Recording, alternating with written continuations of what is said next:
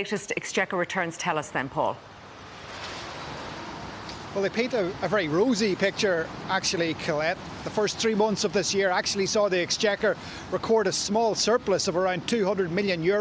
There was a big increase in income tax receipts, a big increase in VAT.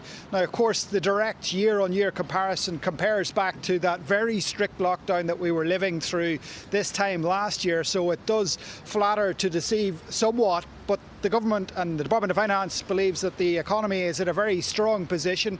We've seen strong employment growth over the past couple of months once we came out of that light lockdown, if you like, at the start of the year. But we've now come into this new period of time in which we're dealing with the fallout from what's happening in Ukraine. And there's two costs, I suppose. There is the indirect costs of a rise in commodity prices, oil, gas, food and so on, and the knock-on impact that that will have on the economy. But then there's the direct costs as well, in terms of accommodating Ukrainian refugees who have fled the war and who have fled the violence. Is going to cost billions of euros. So the Minister for Finance and the Minister for Public Expenditure this lunchtime warning that the public finances are under stress. There will be a significant implication for them.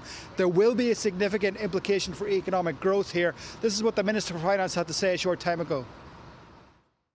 The impacts are now being felt across the world and here in Ireland.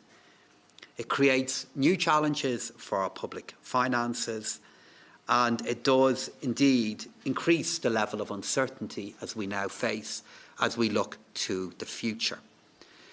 The knock-on implications of the war, including higher inflation and the effect that is having on living standards, is something the government absolutely recognises, and myself and Minister McGrath fully understand. Now, this comes on the same day as the central bank revised downwards its economic growth forecast for the year by around a third. It does expect the domestic economy to grow by around 4% this year, but it's well down on what it had expected it to grow by just back in January, and it's in the same boat as everybody else. It's not quite sure where things are headed. They could become better as the year moves on if we see some sort of resolution to what's happening in Ukraine, but they could also go the other way. There is the possibility, for example, of gas rationing. That would have a big impact on manufacturing here, and that would have quite significant consequences for the wider economy.